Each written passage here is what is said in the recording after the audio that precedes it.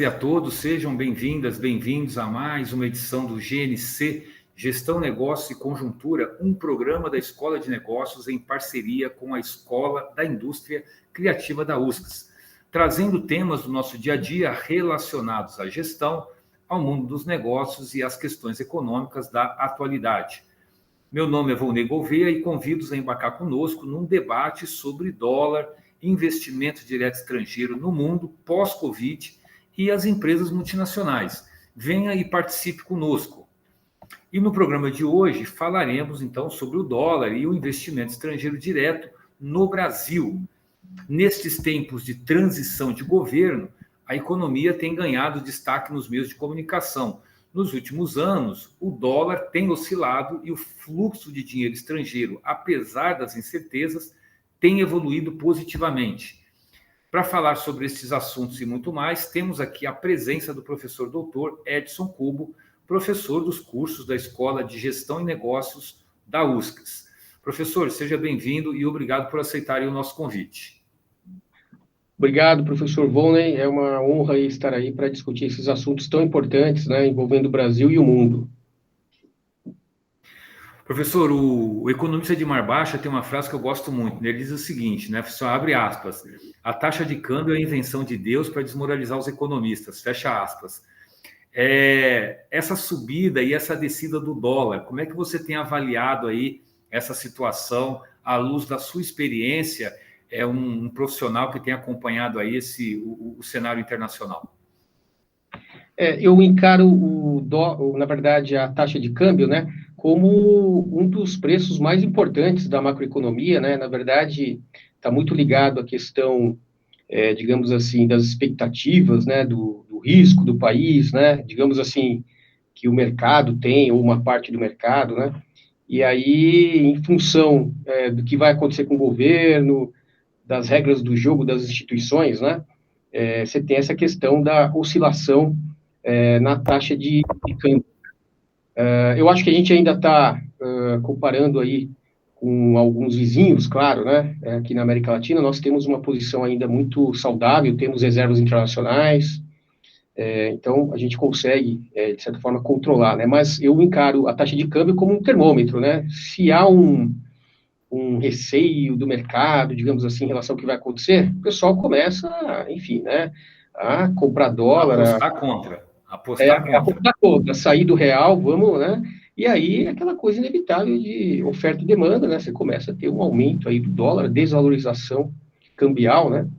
A depreciação do real e, enfim. Só que aquela coisa, isso vai retroalimentar, né? Acaba alimentar a inflação, né? Você começa a ter encarecer as importações, você começa a ter ali, digamos, um efeito na questão produtiva, né? Nós importamos muitos componentes, né? E eu acho, principalmente, né, eu olho muito a questão da balança de pagamentos, porque quando você olha, tudo bem que a gente está exportando bastante, está entrando dólar, tá, só que a nossa balança comercial, que é a diferença entre o que a gente exporta e o que importa, né, em termos de commodities, por exemplo, isso daí não é suficiente. A gente tem na parte de serviços, a gente paga, né, a gente importa muitos componentes, então a nossa balança de serviços, ela acaba impactando, né, então a nossa conta corrente, no final é negativa. Hoje, se não me engano, está negativa aqui. Eu estou até vendo o Boletim Focus em 42 bilhões, né? Por aí. Então, isso ano, né? Isso ano, né? Então, ela é negativa, né? Ela impacta, né? Então, como é que a gente faz para ter dólar no Brasil? A gente precisa da entrada de dólar. Então, o que salva a gente na balança de pagamentos, na conta capital, é a entrada do famoso investimento estrangeiro direto, que é um dinheiro diferente. Não é um dinheiro especulativo aí que fica todo preocupado aí com né? E ele entra no país, né? E tá chegando, tá... Hoje o investimento, eu estava vendo os dados da CEPAL, no mundo, ele está em torno de 1 trilhão e 600 bilhões de dólares no investimento estrangeiro direto. Quero falar sobre isso. Né? No mundo, tá? No mundo. A América Latina e Caribe recebe aí um percentual em torno de 10% disso, 9% disso, de acordo com a CEPAL, mas o Brasil, para ter uma ideia, a gente aí já está, de acordo com o dado mais recente do Banco Central, que é até outubro, 12 meses, a gente já recebeu aí 73 bilhões de dólares. Então, é um dinheiro muito importante, né? Ajuda a gente a deixar a nossa Professor, balança. mas deixa eu lhe interromper rapidamente e fazer uma pergunta para não perder o time.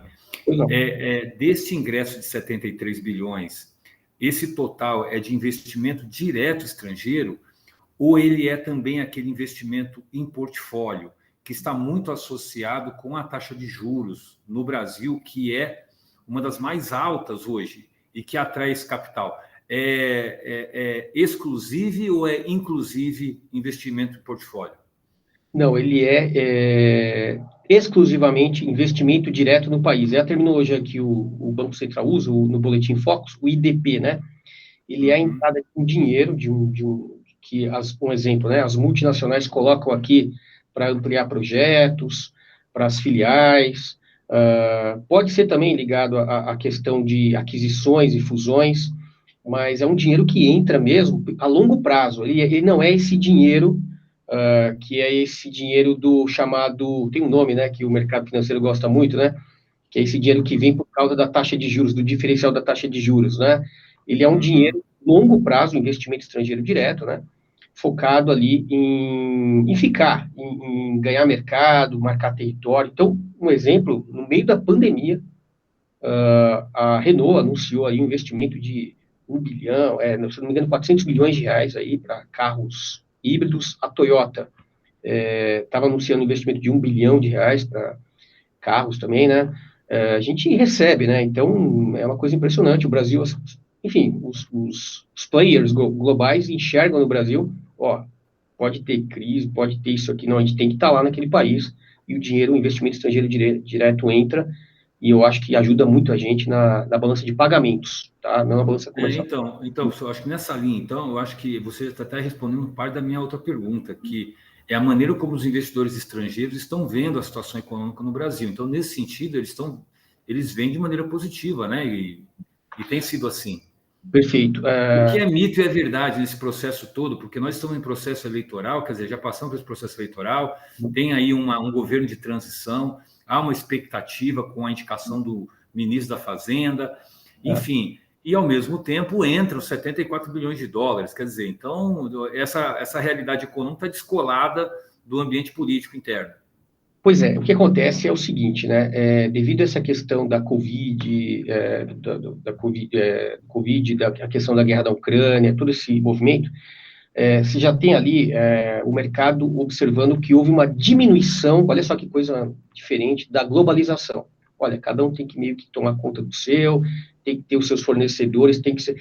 E aí, observou-se que aqui no Brasil, muitas empresas multinacionais, por exemplo, a gente tem que criar aqui o nosso sistema de fornecimento, tal, temos que começar a não depender muito ali de cadeias globais, né? Vamos tentar regionalmente aí.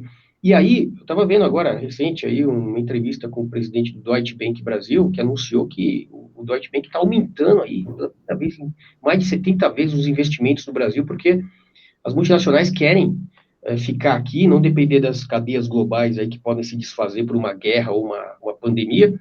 E aí, o Brasil, ele é um ambiente que é muito interessante, tem espaço, ter ali um mercado financeiro muito eficiente, né? Tem ali instituições, a gente pode, né, tem essas questões aí que estão sendo discutidas, mas é um país aí, né, e aí está entrando. Então, eles observam no Brasil um crescimento absurdo, um potencial em telecomunicações, infraestrutura, energias renováveis, é uma coisa impressionante, ainda mais um mundo que precisa de gás, que usa muito petróleo, e o Brasil tem todo o potencial, então é um dinheiro muito inteligente, eles olham a longo prazo, não, podemos sair daqui, né, então está entrando em 73 bilhões de dólares, a última contabilidade do Banco Central, isso equivale a 4,05% do nosso PIB, né? Eu trouxe aqui o nosso PIB hoje em torno de 1 trilhão 822 bilhões de dólares, ou seja, 9 trilhões 694 bilhões de reais. Então, assim, é um dinheiro muito importante para a gente.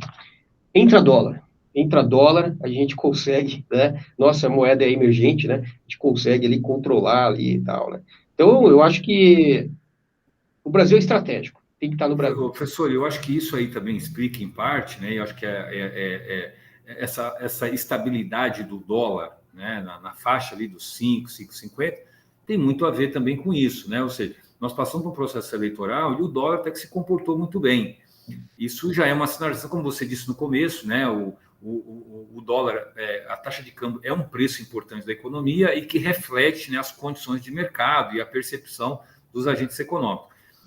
Agora, já que nós estamos falando um pouco sobre isto, eu queria só entrar nesse tema um pouco da dívida externa, que é uma coisa interessante, porque uma coisa é você estar devendo na conta bancária, né? Outra coisa é quando a conta bancária não consegue ser coberta e você pega o financiamento para cobrir o caixa, que é um pouco da dívida externa, ou seja, o Brasil tem um déficit lá, ele tem um saldo negativo que ele está devendo, ele vai lá, emite título ou faz algum empréstimo e aí ele transforma esse déficit numa dívida.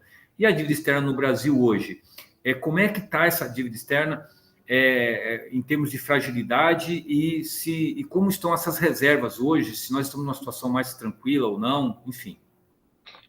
Bom, nossas reservas, elas estão, nós estamos aí fazendo, aqui muda de acordo com a cotação também, nossas reservas, elas são em treasuries, que são aqueles títulos americanos de curto prazo, né? Nossas reservas hoje estão em torno de 300, eu vou chutar não, vou colocar um dado aqui de acordo com a última cotação que eu vi semana passada, 325 bilhões de dólares, é isso aí, né? Se eu não me engano, é isso. É isso aí mesmo. E, em relação à dívida externa, a nossa dívida externa está bem tranquila, tá? Assim, nós temos condições. Agora, você me perguntou os números disso daí da dívida externa. Em relação ao número, eu não saberia agora trazer com precisão, mas ela está bem pequena, assim, comparada ao que a gente tem de reserva, ao que a gente tem a dívida externa pública, né, aquela dívida externa que é contratada pelo governo, ela é negativa, né, porque ela está em torno hoje aí de 200 bilhões de dólares, e com reserva de 350 bilhões de dólares, você tem um saldo positivo aí, né? Então, a situação, isso é bem tranquila, né? A gente sempre brinca, né, professor, que dívida não se paga, se rola, né? É uma brincadeira, logicamente, mas é uma brincadeira séria, né? O problema da dívida, muitas vezes, é a rolagem da dívida, né? É o custo de rolagem dessa dívida, né? E a nossa dívida, ela tem um custo de rolagem baixo, né? Exatamente. Esse é um ponto interessante, né, professor Volney, porque o que acontece? A gente ainda, graças a Deus, nós conseguimos nos financiar, o governo, né, financiar em reais, né? Grande parte da nossa dívida é emitida em reais, títulos, né, do governo e tal. Desse bolo da dívida pública brasileira participam em torno de 20% os fundos de investimento, mais 20% fundos de pensão, previdência, e acho que 9% estrangeiros aí, né? O que acontece? A dívida do governo, mais ou menos isso que o professor Volney colocou, né? O governo precisa de dinheiro, então ele vai emitir os seus títulos de dívida. Só que quem vai comprar é o mercado, né? Ele quer um prêmio por isso, né? Agora, se ele achar que o título é arriscado, ele vai cobrar um prêmio maior. Agora, o que acontece, né? A gente percebe aí uma histeria meio forte, aí, né? Uma preocupação no mercado aí em relação a esse prêmio de risco. A gente ainda está conseguindo. Só que a nossa taxa Selic, ela é os juros de curto prazo, né, que o Banco Central determina e que remuneram esses títulos aí do governo, de curto prazo e tal, né? Então, quando você olha a taxa de juros do Brasil hoje, ela é alta, né? Eu acho que, assim, é o maior juro real aí, né? 13,75% ao ano. O da Colômbia, a taxa de juros está 10% ao ano, né? A gente observa outros países aí, nosso juros está alto, né? Eu acho que isso aí é uma coisa, um ponto de preocupação, só isso que eu quero colocar, né? E quando você olha a longo prazo, se você vê lá um DI, né, 2023, tem lá uma pressãozinha, né? Porque ninguém sabe o que vai acontecer, o mercado fica preocupado, né? Então, o ideal seria a gente diminuir mais essa taxa aí. Temos que diminuir essa taxa, senão fica caro para o governo, né? Se financiar, né? Colar essa dívida, né?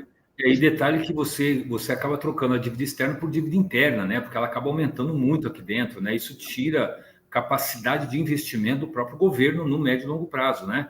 Bom, mas aqui é o programa GNC, então, repercutindo aí o tema dólar e investimento estrangeiro com o professor Dr. Edson Cubo.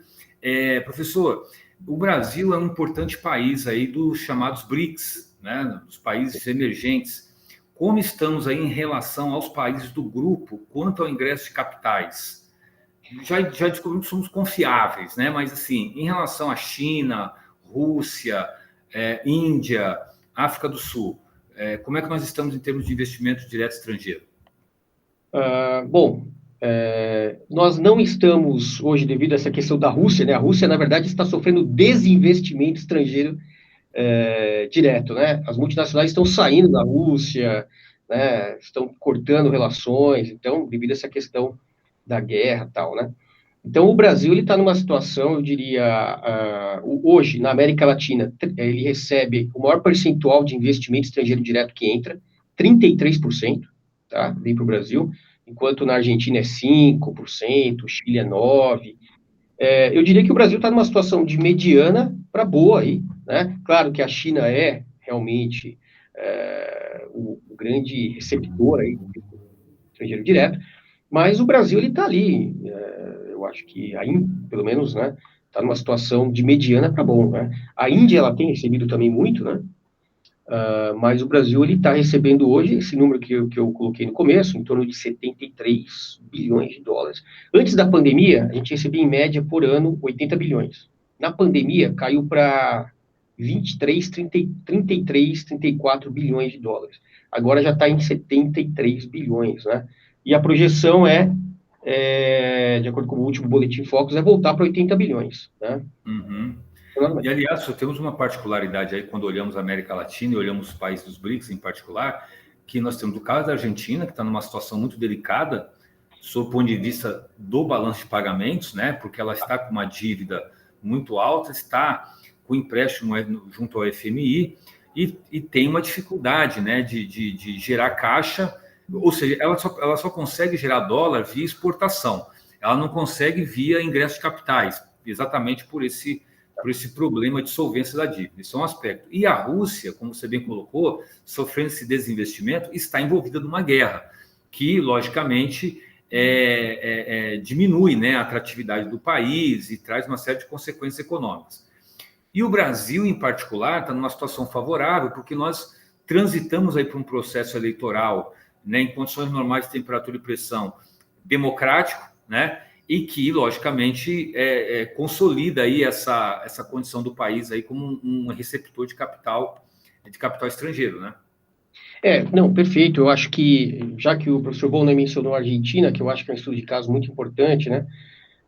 A Argentina é uma situação bem diferente do Brasil. Nós temos reservas internacionais, né? Eu coloquei aqui 320, 25 bilhões de dólares.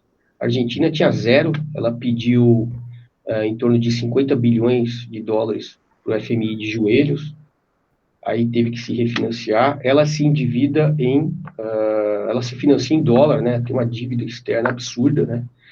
Isso que o professor Bonner falou. Então, o que acontece? O próprio argentino não confia na moeda, corre todo mundo para o dólar. Você tem lá o câmbio, o dólar blue, chegou a quase $1 a 200 pesos, né? Que é o câmbio paralelo. O câmbio oficial, o dólar aí, 160 pesos. Então, como é que você importa componentes para a indústria? Então, você vai sucateando a sua indústria, não se industrializa, não gera, né, empregos, não gera novas formas de entradas de dólares, e você fica refém aí, eu diria, dessa situação, né, muito triste, né, muito complicada, uma balança de pagamentos que é negativa. O Brasil entra em investimento estrangeiro direto, isso ajuda muito a gente, né, é impressionante aí, né, ajuda muito isso daí. Temos uma balança comercial competitiva? Temos, mas nós também compramos muitas coisas em dólares. Eu estava vendo aí, o Brasil, por exemplo, ele aluga satélite para os nossos sinais de celulares, né? A gente paga, acho que R$ 1 bilhão, se não me engano, de aluguel, né? Então, isso tudo vai em dólar, né? A gente paga, tem uma série, compramos equipamentos e tal. Então, entra muito dólar, mas sai muito. O que deixa a conta no azul é a entrada de investimento estrangeiro direto no final ali daquela rubrica da balança de pagamentos, né? Que deixa a gente no azul. A Argentina não tem isso. E sem contar, né, professor, que a gente tem que pagar, que tem que remeter renda para o exterior, né, na forma de juros, na forma de lucro, né, porque essas empresas multinacionais aqui sediadas remetem lucro para suas matrizes. Então, isso sai ali dessa conta corrente que você falou, né? Então, fica mais negativo ainda esse saldo, né? Fica mais negativo. Agora, o Brasil, ele é realmente resiliente aí, comparando com os nossos vizinhos aí, né? Então, eu vejo que o investimento estrangeiro direto, ele não está ainda tá imune a toda essa preocupação desses capitais aí voláteis de curto prazo aí que o professor Volney falou, que vem só aqui para pegar ali esse diferencial de juros, né? Aproveitar aí. Professor, é o capital, como já dizia Vinícius de Moraes, né? É o capital que seja eterno enquanto dura, né? Que seja eterno enquanto dura, exatamente. Né? Não dá para confiar muito. Professor, olha, o cenário externo aí de inflação nos Estados Unidos e Europa, né, uma situação que tem preocupado aí a todos, esse aumento dos juros, a guerra na Ucrânia, agora o lockdown na China, mesmo nesses cenários, você acha que esse cenário ele contribui para a ampliação dos investimentos estrangeiros no Brasil ou eles não têm muita conexão? Tem conexão. Eu estava vendo, inclusive eu estava mencionando essa entrevista com o presidente do Deutsche Bank Brasil, foi recente, da Unidade Brasil, ele estava mencionando justamente isso, que as multinacionais europeias, né, investidores institucionais estrangeiros estavam observando o quê? Olha, guerra na Ucrânia, Europa com problema de energia, situação complicada. Qual o país que poderia ser um receptor de investimento estrangeiro direto, né? Para a gente marcar território, para ganhar com o mercado a longo prazo, para projetos, né?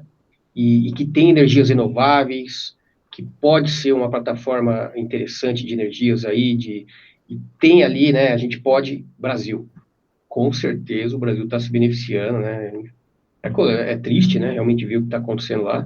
O Brasil ele acaba do outro lado sendo uma opção, né? Muito segura, né? Digamos assim, né? Comparado a esses países, né? Porque a situação na Europa não vai resolver agora essa questão da energia, tá? Uhum. Isso é uma coisa que vai deixar, né?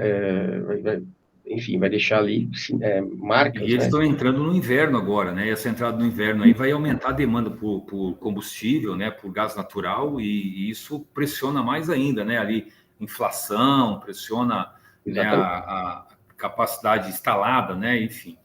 Mas Exatamente. professor, para finalizar, eu gostaria de saber de ti como você vê o papel das instituições de ensino na formação de profissionais nesta área de investimento e de setor externo.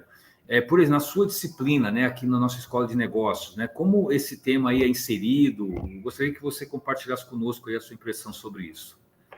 Bom, eu acho que primeiro trazer para, digamos assim, o futuro profissional aí de negócios, né, uma visão da questão da balança de pagamentos, compreender muito bem o que é isso, né, as transações que um país tem com outro, a importância que a gente tem de entrada de capital, né, principalmente nós que somos, aí temos uma moeda emergente, a entrada de dólares, de investimentos, né, trazer essa visão do investimento estrangeiro direto, que ele é um dinheiro que não é especulativo, não é de curto prazo, não é aquele que vem só para pegar uma taxinha de juros ali e pular fora, ele vem para ficar, ele vem para projeto, para marcar território, para aproveitar, né, entender essa dinâmica. E aí, na minha disciplina, eu conceituo muito bem essa questão do investimento estrangeiro direto, eu falo dos tipos de investimento estrangeiro diretos, como é que as multinacionais elas começam, né, a entrar em um país, da internacionalização, e aí algo curioso, né, o Brasil, como um país aí que possui suas multinacionais, a gente já achava que o Brasil só recebia investimento estrangeiro direto, hoje o Brasil tem empresas que atuam internacionalmente, né, e captam lá fora, e remetem os lucros para o Brasil, por exemplo. Então, nós temos aí VEG, Marco Polo, temos ali grandes multinacionais, né? Fitesa, temos ali, às vezes, os estudantes às vezes nem conhecem, né? Nem sabiam, né? Temos franquias internacionais, Hering, Localiza, uma coisa impressionante, né? O Brasil começa a ter também em vários segmentos, né? Então, a gente entra nesse mundo mostrando isso daí. Agora, eu queria só fazer um adendo aqui, né, professor Bonner? É claro que as multinacionais olham o longo prazo, aquela coisa toda, mas elas ficam muito de olho também, e isso é inclusive que saiu até nessa entrevista, na questão da estabilidade institucional, né? Se o país começa a ter lá muita mudança de regra, né? Começa a ter ali, por exemplo, dá um exemplo, sei lá, insegurança, né? Do tipo, sei lá, segurança pública, insegurança, muita questão assim, isso assusta um pouco, né? O que vai acontecer naquele país? Mas, em termos gerais, é um investimento que ele não é de curto prazo, não fica olhando ali um ganho rápido, né? Ele quer ficar, ganhar dinheiro. Agora, e aqui eu só queria fazer uma provocação, né? Aí é um lado, você falou de investidor, investimento, eu queria só falar isso rapidamente. Nós temos a taxa de juros de 13,75% ao ano, a taxa Selic, definida pelo Copom, de curto prazo. Quem define a de longo prazo é o mercado, tem que negociar com o mercado, aquela coisa toda. Agora, com uma taxa de juros dessa, como que você vai se sentir, digamos, motivado a colocar seu capital em risco? Você mesmo acaba pensando o seguinte, olha, eu vou entrar ali na plataforma do Tesouro, vou comprar os títulos públicos e vou surfar nisso aí, porque é seguro e tal, o governo vai me pagar, ele é o último a quebrar. Então, assim, juros muito, muito altos, assim, né, desestimulam você tomar risco, né? Agora, o que salva realmente é impressionante, os investimentos estrangeiros diretos estão tomando risco, né? Estão entrando aí, estão ajudando a gente, né? Então, que venham aí, né? Mas eu queria só colocar essa provocação aí. Aliás, professor, na linha da provocação, né, eu costumo dizer que nós aqui no Brasil conseguimos transgredir uma regra de finanças básica que diz o seguinte: se você busca alto retorno, você corre altos riscos, né? E se você busca baixos riscos, você tem baixos retornos. Aqui no Brasil, não. Aqui você tem altos retornos com baixo risco. Poxa vida, né? Fica uma coisa, para que eu vou colocar meu capital em risco? Pô, vou lá e, né? Então, compro o título público e vou, realmente, né? Vira um rentismo aí, né? Exatamente, exatamente. Presença do professor Dr. Edson Cubo explicando de forma simples e didática dólar e investimento estrangeiro e multinacionais aqui no nosso programa GNC. Lembrando que todos os temas tratados aqui estão disponíveis no canal do YouTube da USCS. Acesse o nosso site e conheça aí os mais de 10 cursos das áreas de negócios, administração, economia, contabilidade e os cursos tecnológicos. Venha fazer parte de nossa universidade. O programa GNC fica por aqui e venha conosco, esteja conosco. Tchau. Obrigado.